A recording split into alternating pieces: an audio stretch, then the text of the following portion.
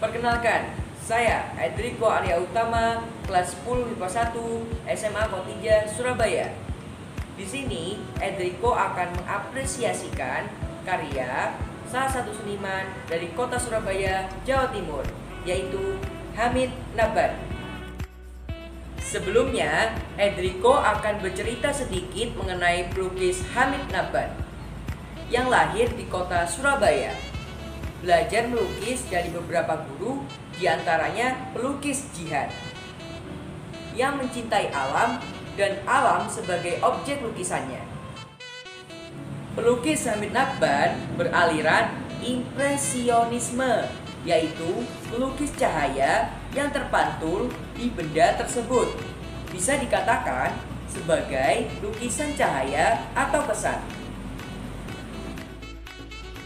Hamid Naban sering berpameran tunggal dan puluhan kali pameran bersama di kota kelahirannya, Surabaya. Juga berpameran di kota besar di tanah air seperti Jakarta, Bandung, Yogyakarta, Bali, bahkan juga berpameran di luar negeri. Di samping sebagai pelukis, Hamid Naban juga sebagai penyair dan juga sebagai cepenis. Hampir 40-an buku sudah dibuat, baik itu buku lukisan, puisi, quotes, maupun cerpen. Dan buku-bukunya selalu dibagikan gratis.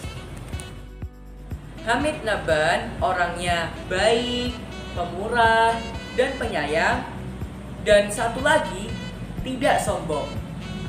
Objek-objek yang disukainya seperti objek Pulau Madura, Banyuwangi, dan Bali, serta tempat-tempat yang lainnya. Hamid Naban senang menggunakan media cat akrilik on canvas, oil, dan juga cat air, serta gemar mengambil tema pemandangan di saat kemarau. Inilah contoh-contoh karya lukisan seniman Hamid Naban.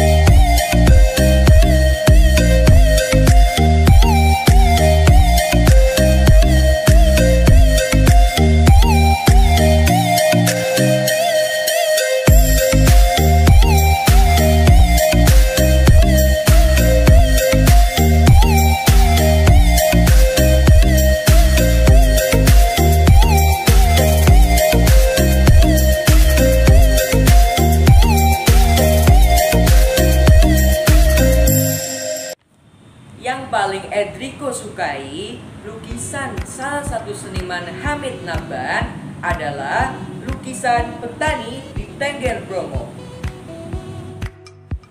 4 aspek yang ada di lukisan petani Tengger Bromo adalah: 1. Aspek ide atau gagasan. Lukisan ini menggambarkan di pagi hari orang-orang Tengger di kaki Gunung Bromo sudah giat untuk bekerja.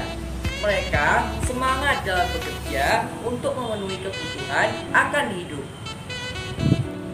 Hamid Naban melukis alam dengan aliran impresionis atau melukis outdoor untuk menangkap alam dan manusia dalam cahaya tertentu. Karena menurut orang-orang terdahulu, nature is the best teacher, atau alam adalah guru terbaik. Jadi, Hamid Nabban melukis dengan estetika kacamatanya sendiri agar bisa melihat satu bentuk keindahan estetik yang luput dari pengamatan orang lain. Lukisan impresionis sangat menyenangkan dan peka sekali menangkap atmosfer alam dengan sapuan akurat yang lincah konsisten. Sapuannya sama dengan CZ, maksudnya matang kesannya itu. Tema-tema alamnya ditangkap secara puitis. Mungkin karena Hamid Nabban juga penyair yang peka. Yang kedua, aspek teknis. Hamid Nabban biasa melukis on the spot di tengah alam atau melukis objek secara langsung di lokasi, atau melukis di studio dari foto yang diambil sendiri di alam. Karena foto yang diambil sendiri sangat berbeda dengan foto yang diambil oleh orang lain. Ketika Hamid Nabban mengambil angle foto yang akan dilukis, di situ pun berdialog dengan objeknya, merasakan keringat petani yang menyangkul di sawah, juga semangat mereka, hembusan angin di sana, dan merasakan bau tanah dan aroma-aroma pohon yang ada di sana. Juga merasakan sinar matahari di lokasi tersebut. Itu adalah dialog Hamid Nabban sebelum memindahkan ke dalam kanvas. Dan yang perlu digarisbawahi, setiap objek yang dilukis selalu ada dialog antara Hamid Nabban dan objek tersebut. Bahan yang dibuat untuk melukis petani di Tengger Bromo adalah cat akrilik di atas kanvas dengan gaya aliran impresionis, bahwa impres tidak mementingkan bentuk-bentuk sempurna atau detail diabaikan. Lebih dititik beratkan pada bagaimana kita menangkap jatuhnya cahaya terhadap objek. Warna cerah, kekuatan brush stroke adalah ciri-ciri impres tersebut. Impres adalah satu aliran yang menyajikan objek yang begitu impresif melalui coretan atau goresan kuas atau brush stroke, garis dan warna yang simpel, menakjubkan dan tidak terlalu mendetail. Keterampilan teknis sudah menjadi bagian intuisinya. Hamid Nabban meyakini tiap objek di mata seniman, dalam hal ini pelukis, akan menjadi indah karena seorang seniman memiliki kepekaan estetik. Objek yang tidak menarik bisa jadi hal yang menarik bagi seniman. Ada sebuah ungkapan yang pernah saya dengar, seni tidak selalu indah. Maksudnya, objek yang dipaparkan tidak selalu yang indah-indah.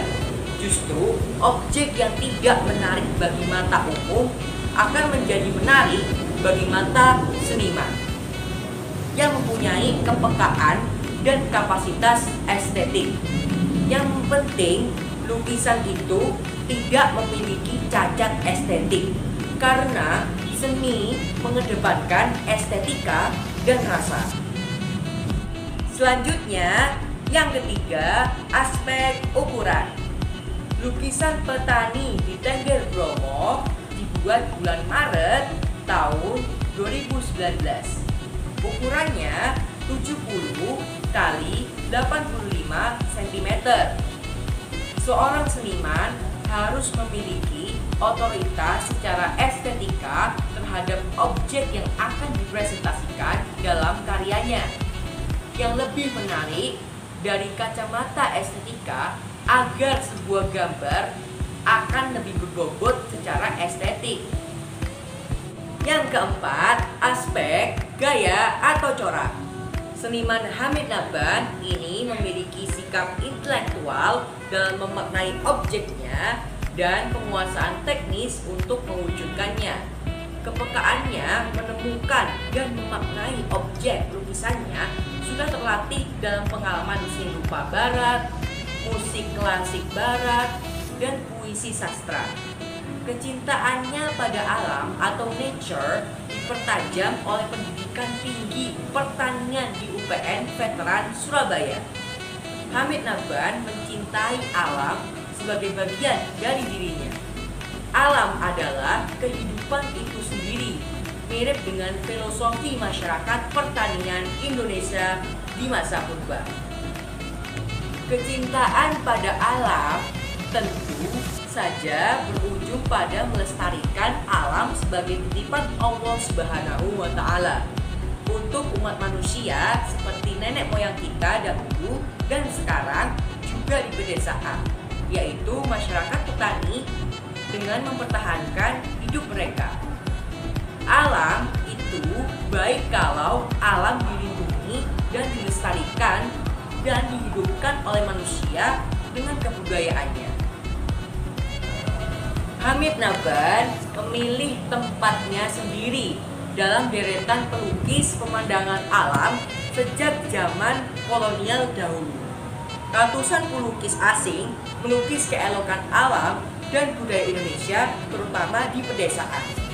Sedangkan Hamid Nabban memilih objek alam yang tidak indah karena tujuannya memang bukan membuat lukisan turistik semacam itu. Tapi Hamid memilih objek lukisan yang didorong oleh pemikiran kontrasnya tentang hidup dan mati.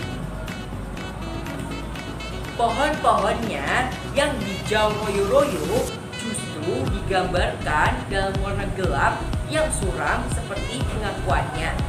Ia menghindari detail. Memang seharusnya begitu, karena alam itu makruh.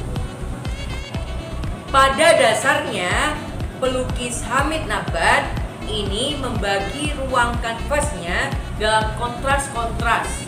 Ia membagi kanvas atas dan kanvas bawah, tetapi juga kanvas kiri dan kanvas kanan dengan isian bentuk, warna, arah vertikal dan horizontal.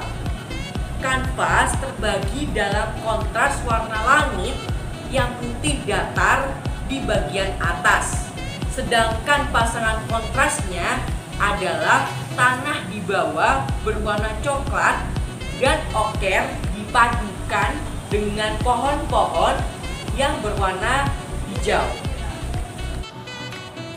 Sekian dari apresiasi Edrico terhadap pelukis seniman Hamid Nabban yang menggunakan gaya impresionisme. Mohon maaf bila ada salah-salah kata. Wassalamualaikum warahmatullahi wabarakatuh.